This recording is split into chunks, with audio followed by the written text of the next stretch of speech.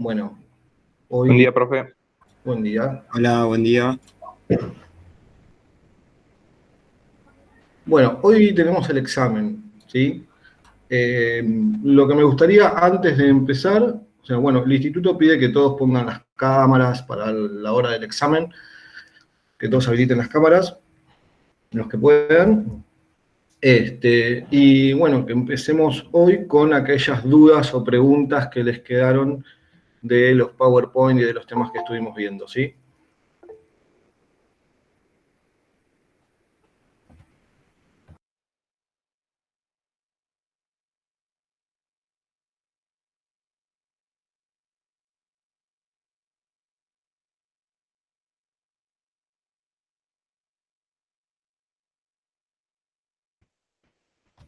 Bueno, tenemos 2 horitas para repasar y sacar todas las dudas.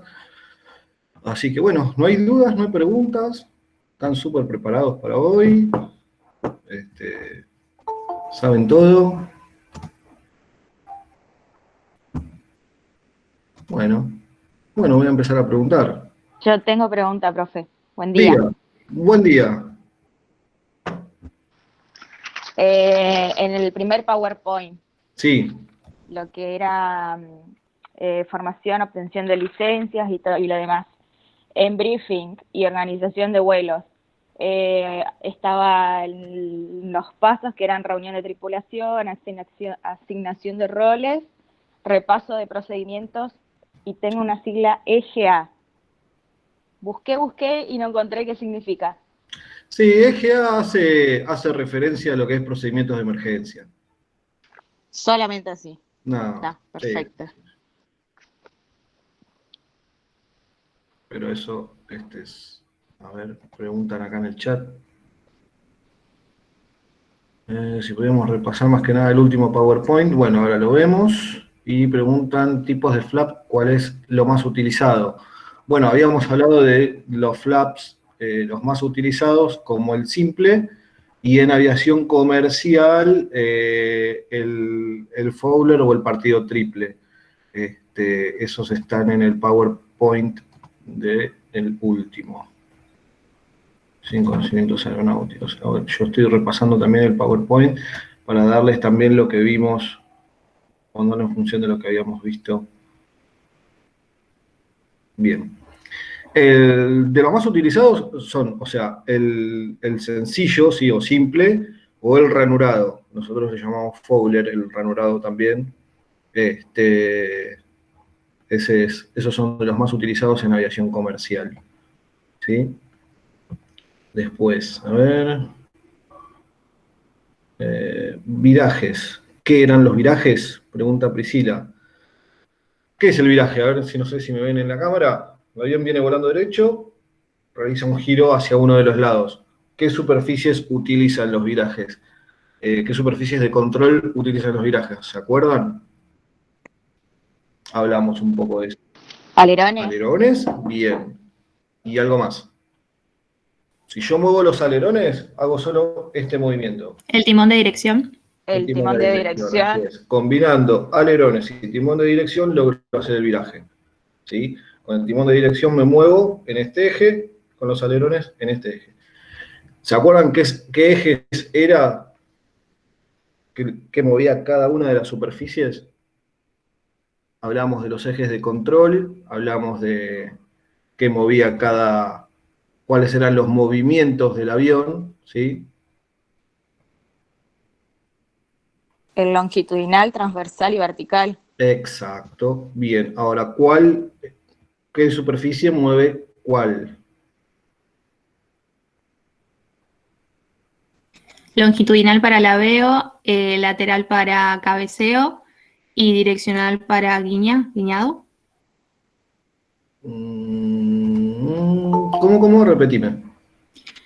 El eje longitudinal, perdón, para laveo. El eje longitudinal para laveo, sí, está bien. El eje lateral o transversal para cabeceo. Sí. O sí. pitch. Y el eje vertical para guiñada. Perfecto. Perfecto. Eso es lo que tienen que saber de cada uno de los movimientos con respecto a los comandos básicos. Eso es muy importante, ¿sí? ¿Hay alguna otra pregunta? Está bien. Bueno, ¿qué más? Hablamos de los ejes, hablamos un poco de las partes del ala, algo sí importante también. ¿Se acuerdan cuáles eran las partes principales del ala? Flap, puede ser. Extra Alerones. 2, intra 2. El flap, De a uno, spoiler. a ver. No, flaps spoiler no es parte principal del ala. Podemos tener aviones que no tienen ni flap ni spoiler. Borde de Extra ataque y dos, borde de extra dos. fuga. Despacito, de a uno, vayan, o levantan la mano o me dicen. Bien, a ver, de nuevo. Profe. Sí, Rocío. Borde de ataque puede ser Bien. el de salida Le faltan 3 y partes más. Sí. Borde de ataque, borde de fuga, o borde de salida. Punta alar, Sí, está bien. extra 2, intra 2. extra 2 Extra 2 e intra 2. Bien, borde de ataque, borde de fuga, extra 2, intra 2. Esas son la puntera también, pero digamos que de las partes principales, como que sepamos, borde de ataque, borde de fuga, extra 2, intra 2, esas son las 4 partes principales del ala. ¿Sí? Bien, ¿se acuerdan para qué servía el spoiler? O speed brake. Para funcionar como un freno. Para funcionar como... Spoiler era para frenado también, Bien. se le dice. Para frenado. Spoiler, speed brake o aerofreno. Cualquiera de las 3 denominaciones están bien, ¿sí? ¿Y en qué momento del vuelo lo utilizo? Cuando En el aterrizás. Aterrizaje. o- ¿Solo en el aterrizaje?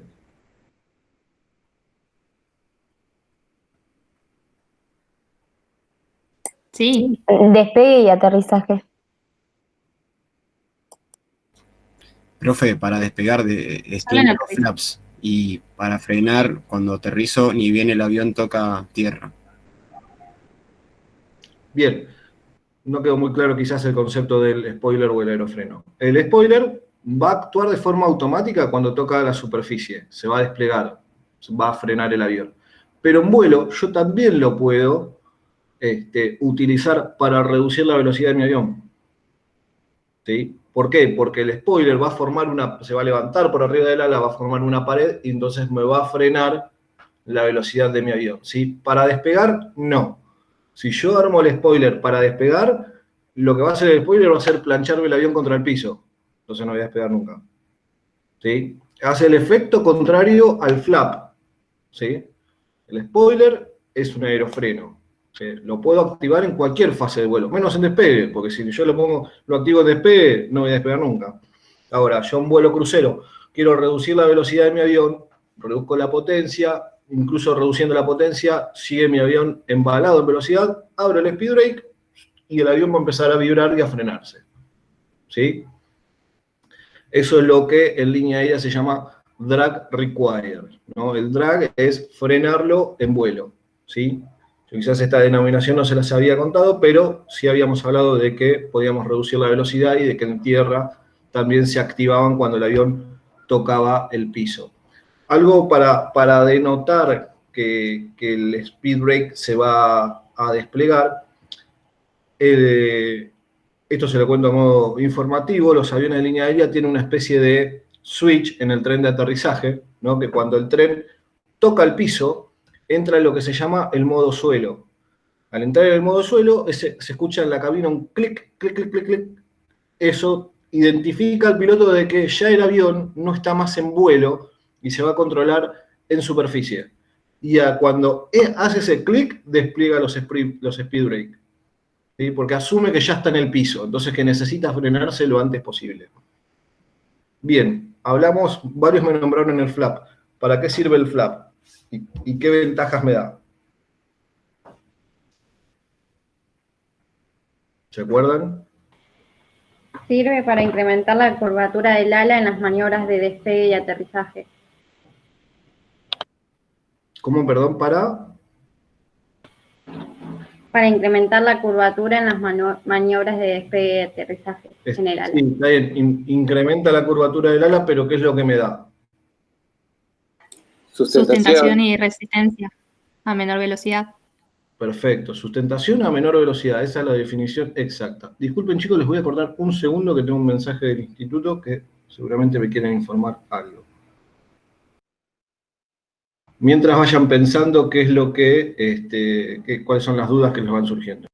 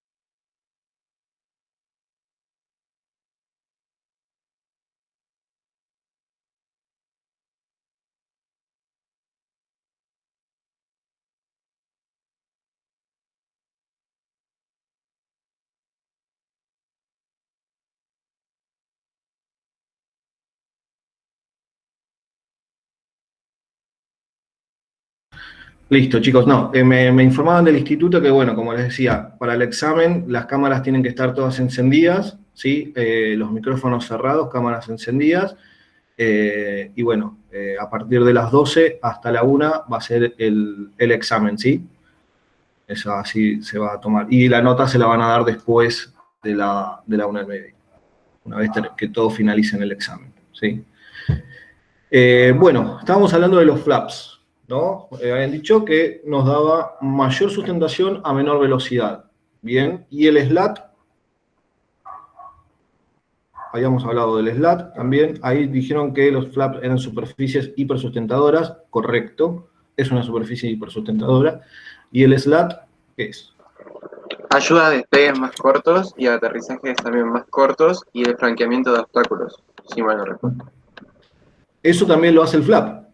Por ende, el flap y el slat cumplen una función muy parecida. Ahora, el slat, ¿cuál es la diferencia de ubicación dentro del ala? ¿Dónde está el slat? Que aumenta la fuerza ascensional del ala del avión.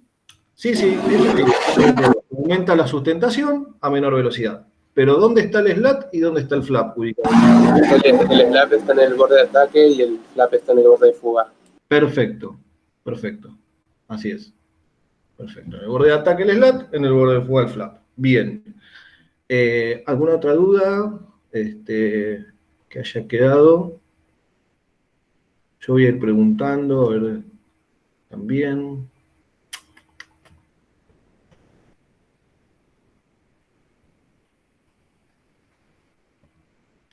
Bien, ¿se acuerdan el proceso de descenso y final? De los primeros PowerPoint hablamos de las fases del vuelo, ¿sí? ¿Cuál era la parte de descenso y final? Eran 5 puntos.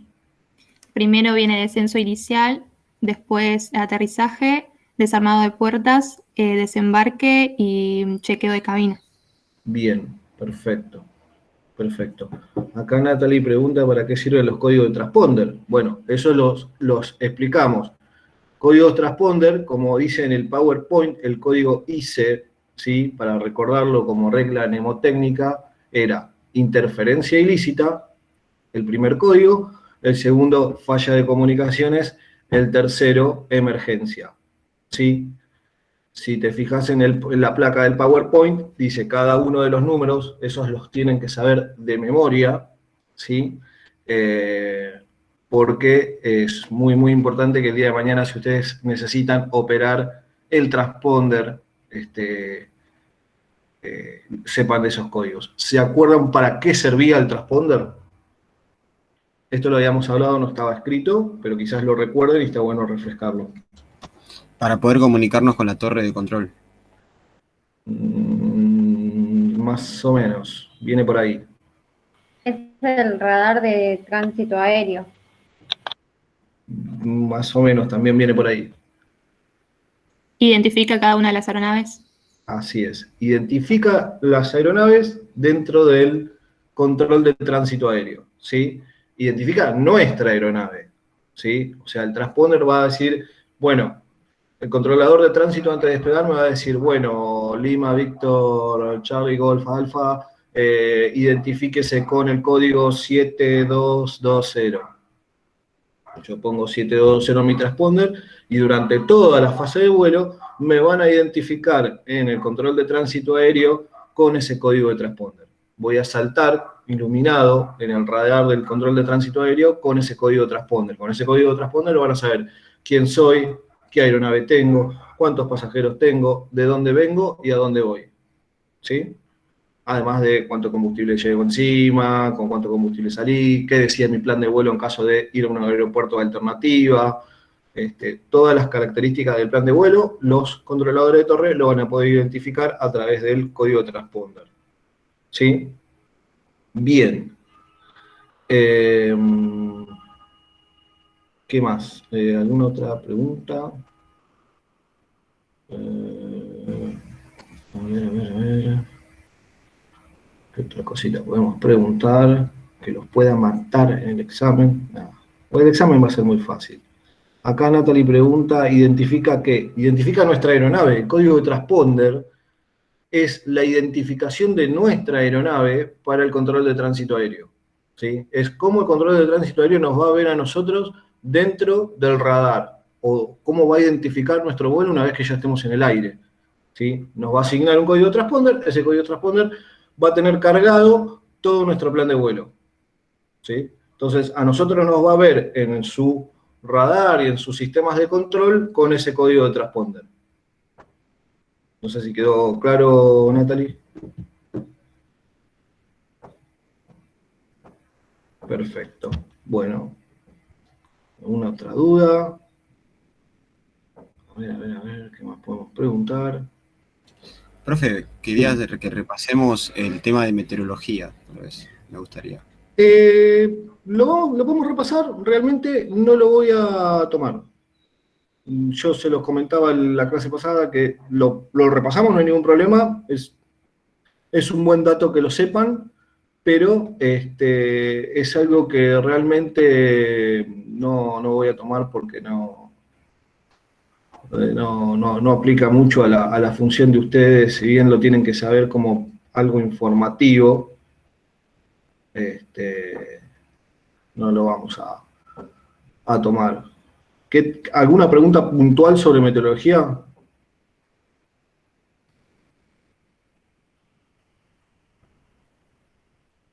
sea, no se preocupen por eso porque... Así que ahora igual lo vamos a repasar, voy a poner de vuelta el PowerPoint y lo repasamos. Voy a primero despejar las dudas que van surgiendo y después lo vemos. Total, tenemos 2 horas para estar charlando antes del examen. Acá Cele Gutiérrez pregunta, ¿el código cambia según el vuelo? Claro, los códigos no se repiten. Nosotros tenemos un código de transponder único para nuestro vuelo. Sí puede pasar que durante el vuelo el control de tránsito aéreo nos pida cambiar el código de transponder.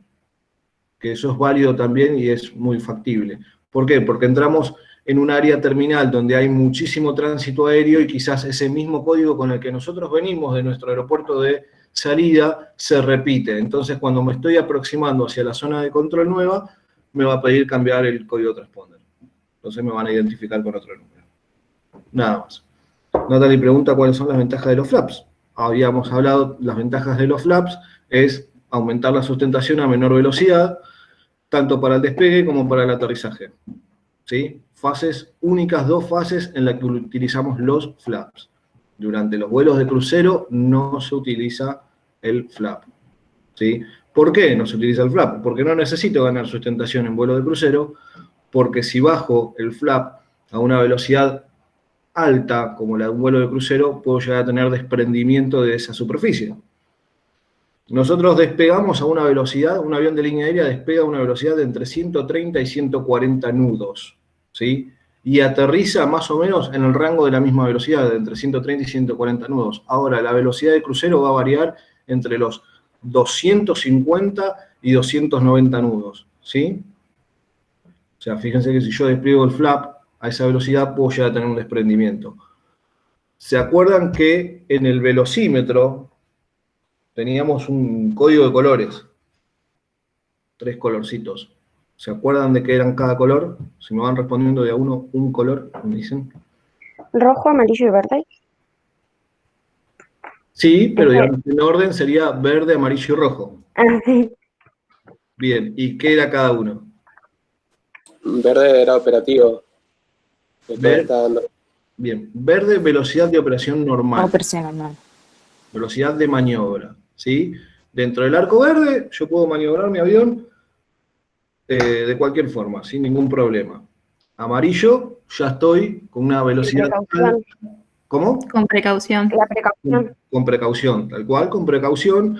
No puedo hacer muchas maniobras que me exijan una carga de G, ¿no? Una fuerza de gravedad demasiado fuerte porque puedo llegar a tener un daño estructural. Y rojo, ¿qué era rojo? Nunca acceder. Nunca acceder, velocidad y nunca acceder. Ya con esa velocidad ya seguramente tenga falla estructural, no es que hay peligro, sino que nunca exceder esa velocidad, porque yo excedo esa velocidad y estoy al límite estructural de mi aeronave, ¿sí? Profe, y había una parte que también era blanca, que acá yo tengo Sí, anotado que velocidad es de maniobra con flap Ah, bien. o tren abajo, ¿sí? El arco blanco es velocidad de maniobra con flap o tren abajo, ¿sí? Si yo supero esa velocidad con flap abajo o tren abajo, puedo llegar a tener, como decía, bien, desprendimiento de una superficie, que el tren de aterrizaje se me meta para adentro solo, o se tuerza.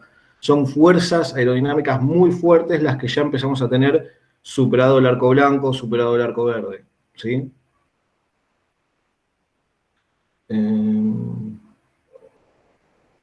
¿Qué más? ¿Qué más? ¿Alguna otra preguntita?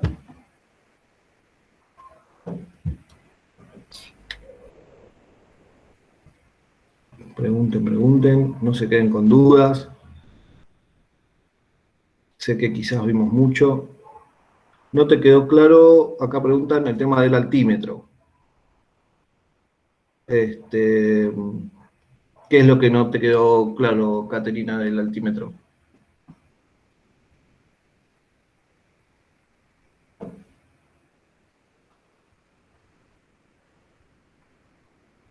Bueno, mientras Caterina me escribe y me pregunta bien qué es lo que no le quedó claro el altímetro, pregunta Sofía de Lamel. Tenemos 3 tipos de equipamiento mínimo. No, 2. La Master, que es la de fábrica, y la de la empresa. ¿Sí? La MEL. ¿Qué era lo que me daba la MEL? ¿Se acuerdan? La Master era la MMEL y la MEL era la que daba la empresa. ¿Qué es lo que me da esa MEL? ¿Qué es lo que me permite? La lista de equipamiento mínimo para la operación segura de una aeronave. Exacto. Lista de equipamiento mínimo con la cual yo puedo operar de forma segura una aeronave. Así. Que se medía la altitud desde la Tierra, pregunta Caterina. No, La altitud desde la Tierra se mide con el radio altímetro, ¿sí? Nosotros tenemos dos tipos de altímetro en cabina. El baroaltímetro, que es el que vamos a utilizar para volar, que ese está ubicado en la T básica. ¿Se acuerdan en qué posición? A la derecha. A la derecha, bien. Siempre van a estar en el mismo lugar. El baroaltímetro, ¿sí? Que es el altímetro común, va a funcionar por presión, ¿sí? Por diferencia de presión en el ambiente. Va a tomar los datos de presión de la toma estática, ¿sí? Era el platito ese con el agujerito que decía no pintar al lado del fuselaje del avión, ¿sí? De ahí va a tomar el altímetro de los datos, ¿sí? Que eso no se tiene que obstruir. Recuerdan que yo les había comentado una anécdota que tuve, que se había tapado con tierra y no tenía indicación de altímetro. Bien. Y el radioaltímetro, que no es un elemento esencial en la cabina, la mayoría de los aviones de pequeño porte y mediano porte no tienen un radioaltímetro, mide en función de una señal radioeléctrica, manda una señal del avión al piso, esa señal rebota y me dice a cuánto estoy del piso, pero si yo tengo una montaña va a ir variando. Ahora el baroaltímetro va a ir censando presión atmosférica, entonces no va a variar en función del terreno que yo tenga abajo, ¿sí? Esas son las diferencias. Profe, Sí, como para ubicarlo en la tablita que nos mostró en la foto, el último que dijo es el que está abajo del altímetro. a ver, para que no me acuerdo cuál foto les mostré, ¿dónde estaba la T básica? Sí, Bien, ya te muestro, ya te digo. Cuando hablamos de T básica, abajo del altímetro, no, un radioaltímetro no está abajo del altímetro. El radioaltímetro siempre está en otra parte que no es principal. Abajo del altímetro lo que podría llegar a encontrar es el bariómetro, ¿sí? El que tiene el 0 en el medio. ¿Me estás hablando de ese? Que tiene no. el 0 a las 9, digamos. Ah, sí. Bien, ese es el bariómetro. Ese me dice cuántos pies por minuto subo o bajo. ¿Sí? Como decíamos en la clase pasada, el bariómetro, ¿sí? Es un instrumento de lectura directa, ¿sí? Lo que me va a hacer es, teniendo el 0 a las 9, me va a decir cuántos pies por minuto estoy subiendo, cuántos pies por minuto estoy bajando, ¿no? O sea, si yo tengo la aguja para arriba, estoy en ascenso. Si tengo la aguja por debajo del 0, estoy en descenso, indefectiblemente. No importa la posición que tenga mi avión, si estoy así, si estoy así, si estoy así. La aguja arriba del 0 es en ascenso, por debajo del 0 es en descenso, ¿sí? Ese es el bariómetro. Está debajo del altímetro, pero digamos que no es un instrumento primario de vuelo. Los instrumentos primarios de vuelo son la T básica, ¿sí? ¿Cómo está compuesta la T básica? ¿Se acuerdan? En orden, por favor, porque es muy importante el orden de la T básica. Tiene una lógica. A la A la izquierda, A la izquierda, el oxímetro, A la izquierda, el velocímetro. Bariómetro. a la izquierda el velocímetro. A la izquierda el velocímetro, siempre. en A la el izquierda, a derecha, a la izquierda el velocímetro. El centro, Horizonte artificial. bien. horizonte artificial. A la derecha el altímetro y abajo el indicador de Perfecto. rumbo. Esa es la T básica. Velocímetro, horizonte artificial, altímetro, indicador de rumbo. ¿Sí? Son los 4 instrumentos que no van a cambiar de lugar, no importa cuál sea el avión, si es chico, mediano, grande, si es occidental, si es ruso. La T básica está en el mismo lugar siempre, ¿sí? Frente a los ojos del piloto. ¿Por qué? Porque son los 4 parámetros de vuelo que el piloto no puede perder de vista, ¿sí? Bien. ¿Qué otra preguntita más hay?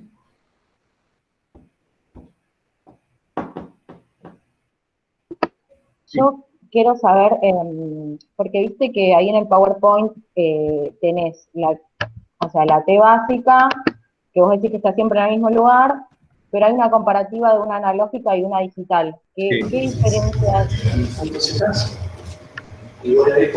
Se abrió un micrófono en y dejé de escucharte, Brenda. Perdón.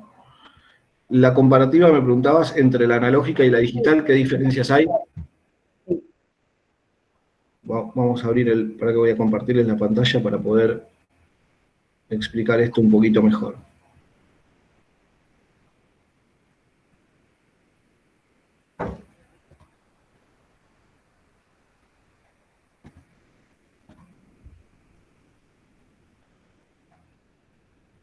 ¿A esta imagen te referías? Sí, a esa. Bien. Acá la diferencia era mostrar más que nada las dos representaciones que ustedes van a encontrar en cualquier avión, ¿sí? A la izquierda, los aviones de pequeño y mediano porte, en su mayoría tienen instrumental analógico aún, y a la derecha lo que es un Airbus 330 con glass cockpit, lo que se llama, ¿no?, pantallas de cristal. Lo que yo quería destacar en esta comparación es que se den cuenta que tanto acá como acá, los instrumentos están puestos en el mismo lugar, ¿sí? El velocímetro está a la izquierda, acá tenemos también el velocímetro como una cinta, ¿no? Lo que se llama en línea aérea el speed tape, ¿sí? El horizonte artificial en el medio, como siempre, el altímetro, ¿sí? Y el indicador de rumbo, ¿no? El indicador de rumbo acá, el indicador de rumbo acá. El altímetro acá a la derecha, el altímetro a la derecha, velocímetro a la izquierda, velocímetro a la izquierda y el horizonte al centro. Bien, acá tenemos el bariómetro que habían preguntado. Fíjense que el bariómetro también está ubicado casi en el mismo lugar. Este es el bariómetro, ¿sí? Esta es otra forma de verlo. Fíjense que tiene el 0 en el medio, ¿sí? Y acá, ¿cuántos pies por minuto estaría bajando?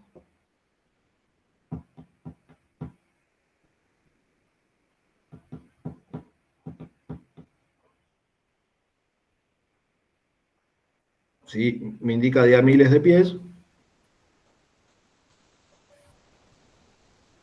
11. No. Son miles de pies estos. 1000 pies, 2000 pies, 6000 pies. 1100 pies por minuto. ¿Sí? Estaría haciendo un descenso normal. ¿Sí? Esta sería mi aguja. Esta verde sería mi aguja. ¿Sí? Que tendría que estar en 0 en un vuelo crucero y en un ascenso acá arriba. Acá tenemos, ¿ves? En 0 estaría volando crucero. Veamos lo que es la lectura, un poco, que esto sí no lo hablamos la otra vez y está bueno, ¿no? Fíjense, acá el velocímetro me está indicando unos, si acá tengo el 80, acá tengo el 90, ¿sí? Acá tengo el 90, la marquita blanca, unos 93 nudos. En el altímetro, ¿cuántos pies tengo? ¿Cuántos pies me está indicando? Funciona como un reloj, básicamente. La aguja chica me dice los miles de pies y la aguja grande los cientos de pies. Entonces estoy a 1250 pies, más o menos. ¿Sí? El indicador de rumbo me va a medir en grados, como si fuera una brújula, ¿no? ¿Sí? Una rosa de los vientos, en 360 grados. ¿Sí? Y el bariómetro en pies por minuto. ¿Sí? Pies por minuto. ¿Alguna otra pregunta, duda sobre esto?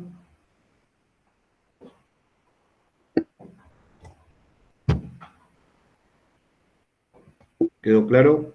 ¿Quién había preguntado? No, Sí, gracias. no. ¿Alguna otra duda que haya surgido, chicos?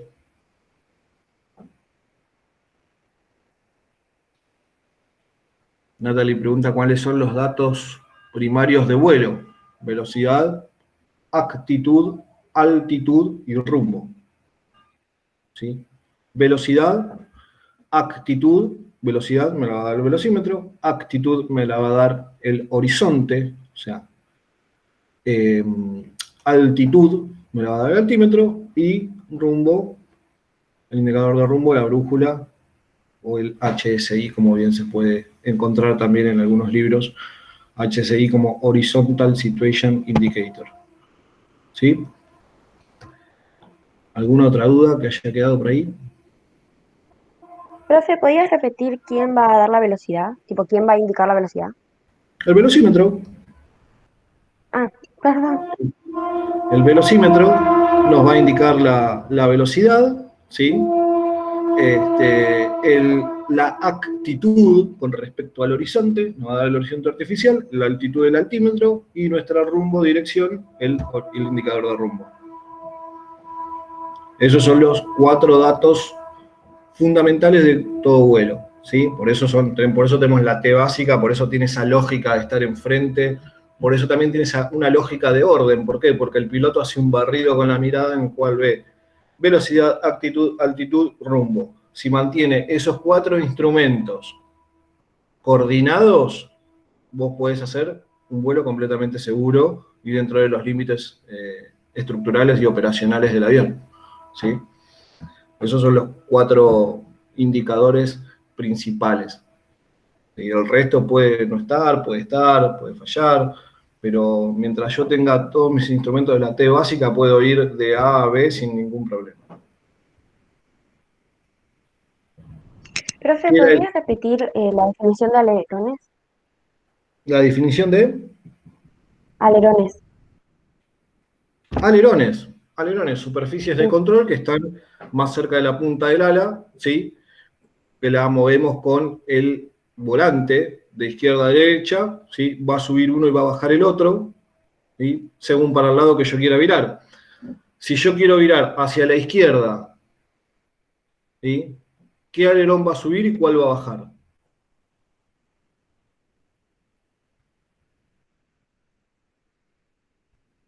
Yo quiero ir a la izquierda, perfecto. No, al revés.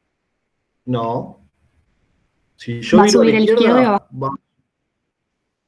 va a subir. Si yo quiero ir a la izquierda, va a subir el derecho.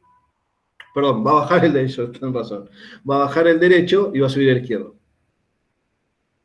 ¿Sí? Viraje a la izquierda. ¿Por qué? Porque va a usar la misma lógica O que el sea, flap. ¿Sí? La parte o que sea que cada baja vez es que la yo que quiero- va a tener. ¿Cómo?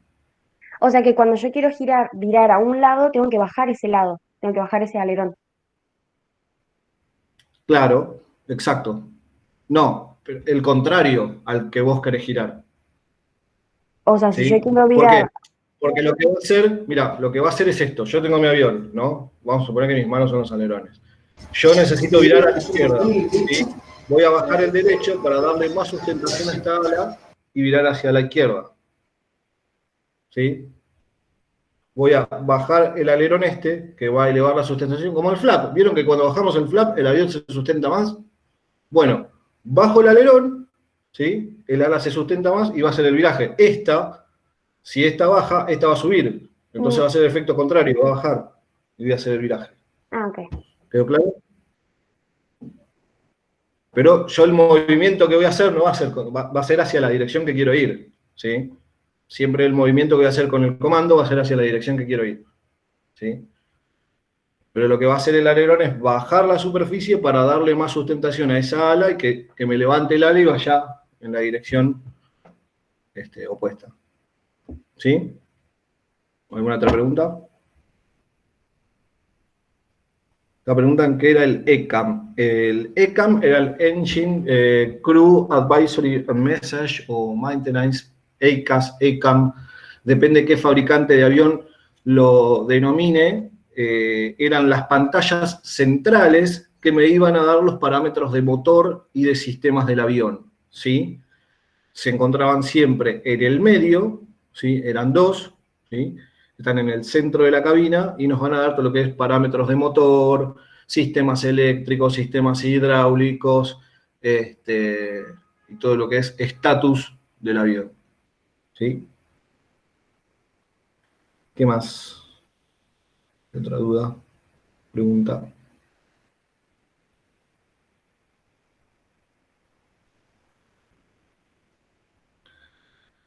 En la aviación comercial siempre hablamos de bimotor o cuatrimotor, ¿verdad? Sí. Siempre hablamos, digamos que hoy en día la aviación está migrando al bimotor, por más que sea de largo alcance. ECAM y EICAS es lo mismo, sí, es lo mismo. Son dos denominaciones diferentes del mismo sistema porque EICAS es para Boeing y ECAM para Airbus. Los dos aviones principales que vamos a usar en aviación comercial, ¿no? ¿Alguna otra pregunta?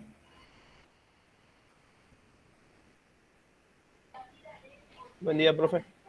Habían Buen dos día. más, ¿no? Estaba el EFIS, puede ser, y un FMS.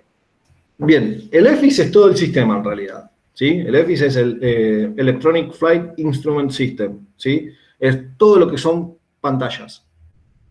Dentro de la división de EFIS tenemos, el EICAS es una de las subdivisiones, y después tenemos el PFD, el Primary Flight Display, que vamos a tener los datos principales de vuelo, y el Navigation Display o Multifunction Display, donde vamos a tener todos los datos de navegación, ¿sí? Donde vamos a ver el mapa, el radar meteorológico, la ruta, ahí vamos a tener esos datos, ¿sí?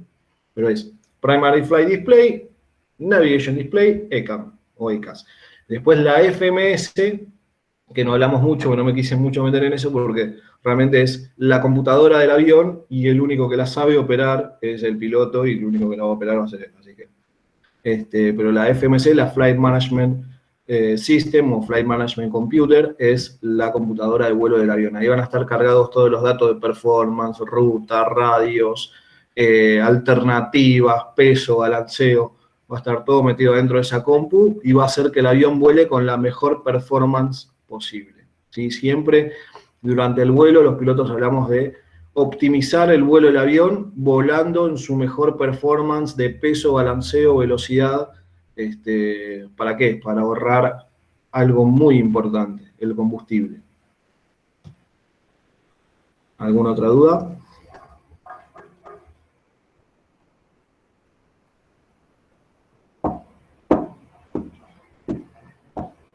Bien, pregunta básica. ¿Cuál es la función principal del tripulante?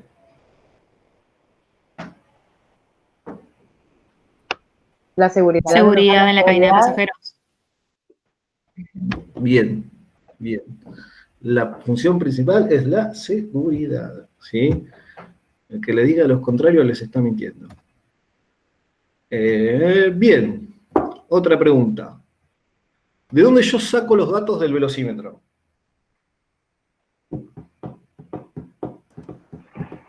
¿Del tubo pitot? ¿Y de la toma estática? No, de la toma estática saco el altímetro. Del tubo ¿Sí? pitot, profe. De la toma estática el altímetro, del tubo pitot el velocímetro. ¿Por qué? Por impacto de aire, ¿sí? ¿Qué más? A ver, ¿qué más les puedo preguntar?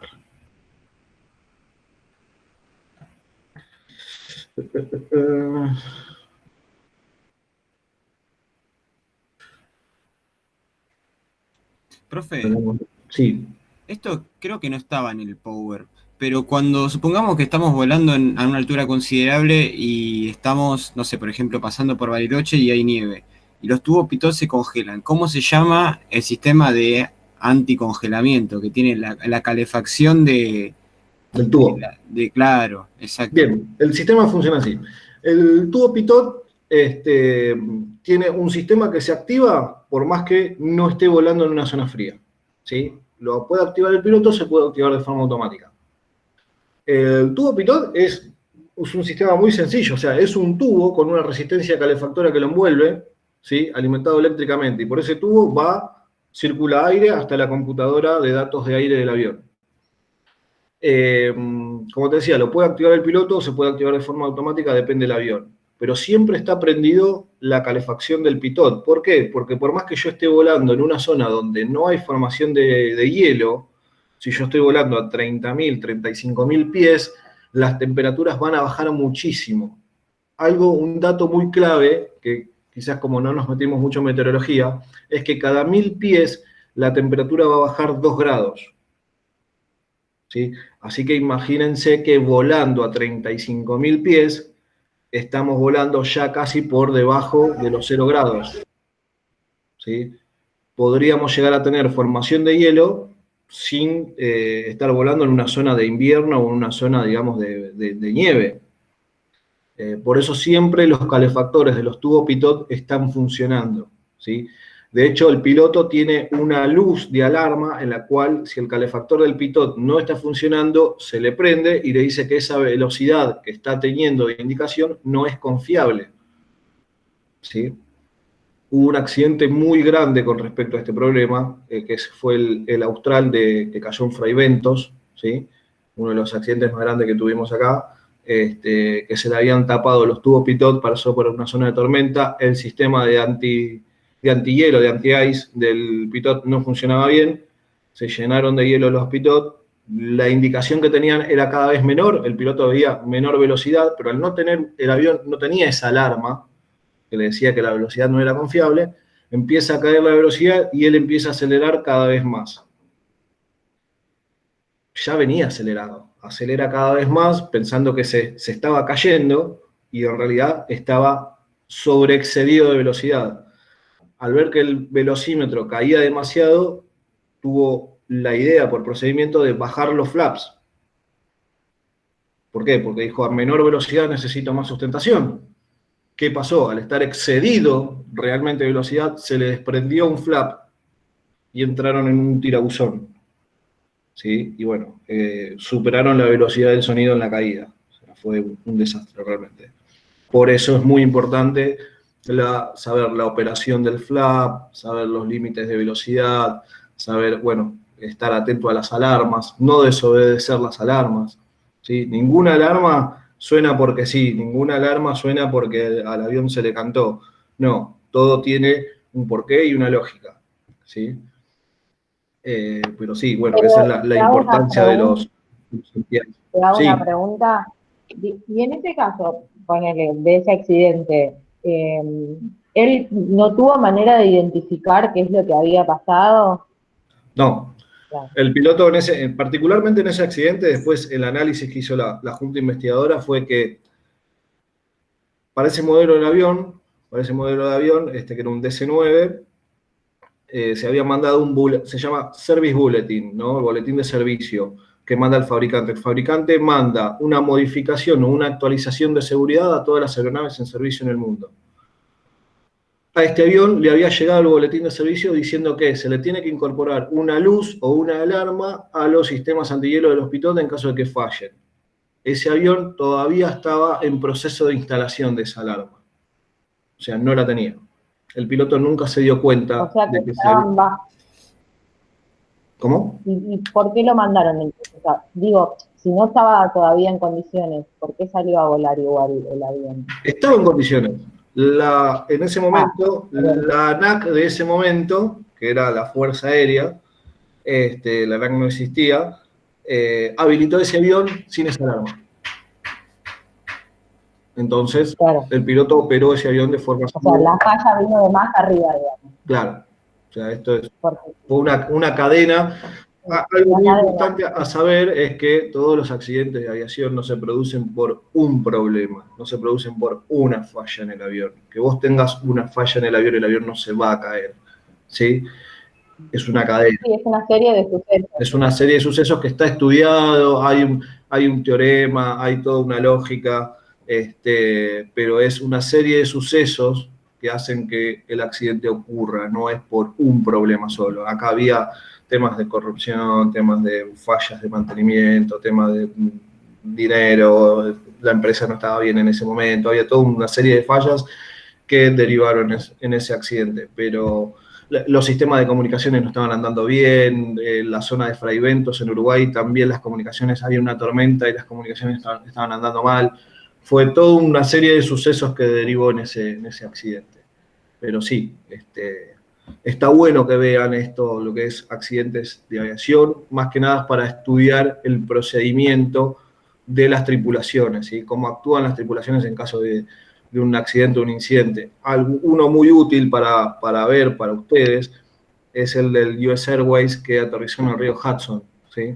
El de Sally, que salió la película, bueno, la tripulación, ¿sí? Actuó de forma muy, muy profesional, digamos, dejando a los pasajeros tranquilos, manejando la evacuación de forma segura. Eso, la verdad que si tienen posibilidad y tienen ganas y se quieren meter más en el tema, investiguenlo, léanlo, porque les va a ser muy útil para ver cuáles son los roles en caso de una evacuación, para ver cuáles son los roles en caso de un accidente, cómo actuar, ¿sí?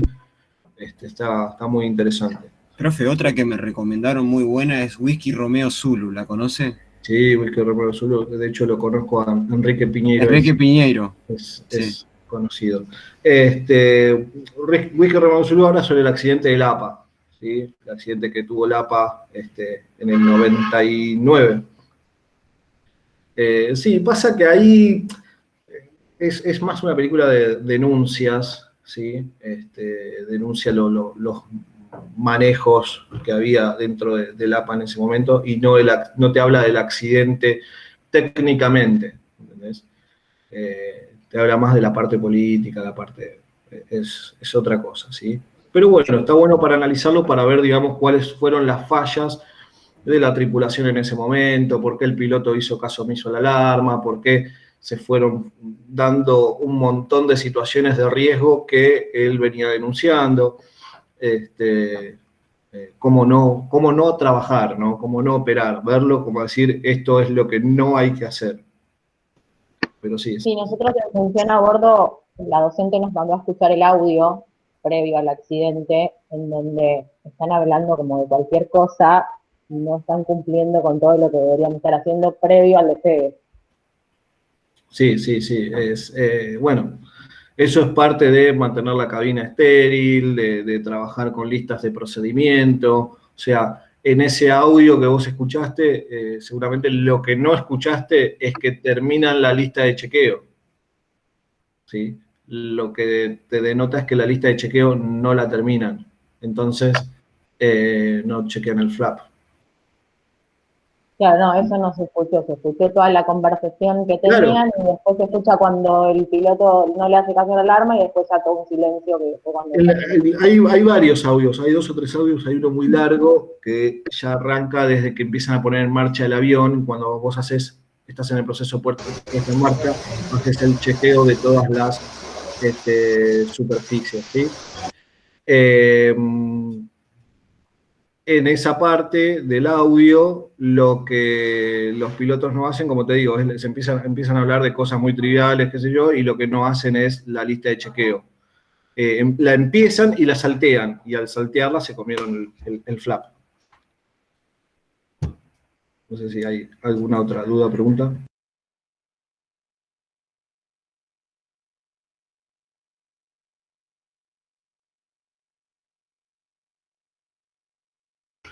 Nos tomamos 15 minutitos, chicos, y 10 volvemos y continuamos con el repaso, ¿sí?